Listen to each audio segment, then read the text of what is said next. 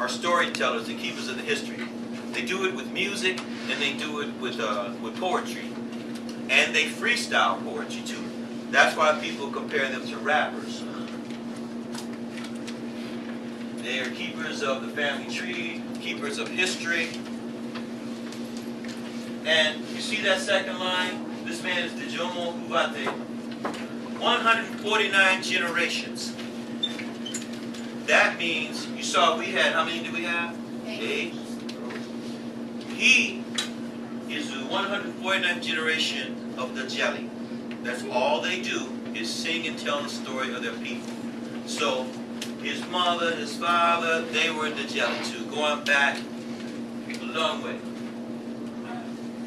Compared to rap, there are women in the jelly. And here is, this is similar to that tree I was talking to you about, the evolution of African American music.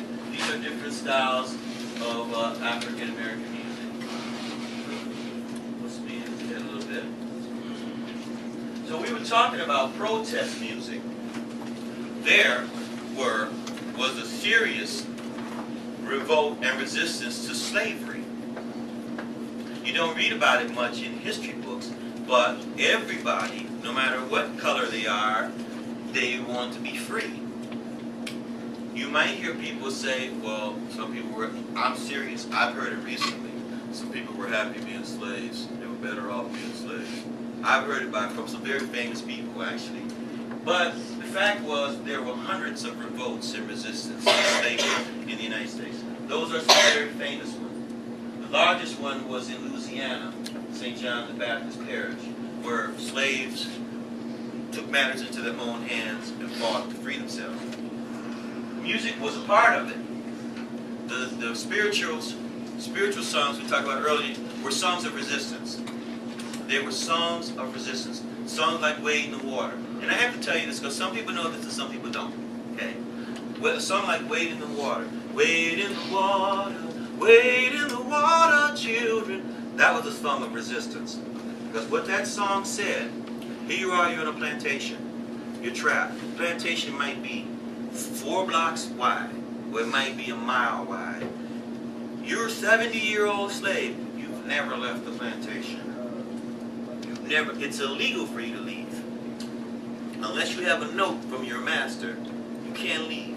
If you try to leave or you stay, you wander out at night, there are armed men, slave patrols everywhere, throughout the United States, particularly the southern states, to capture you, to bring you back. Everywhere. So you are on complete lockdown. Imagine being locked down in this school for all your life. For all your life. So, but despite that, despite being locked down by the army and the slave patrols keeping you under control, there was a slave grapevine. There were messages passed. They passed from plantation to plantation all across the South, throughout all the states.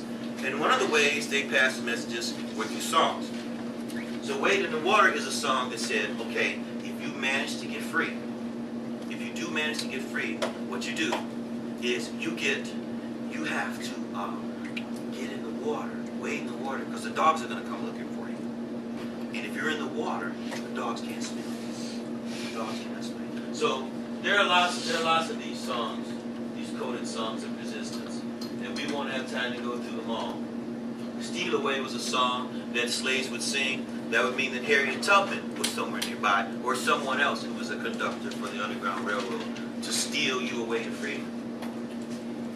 Follow the Drinking Chord is a very famous resistance. You can see there are tons of them.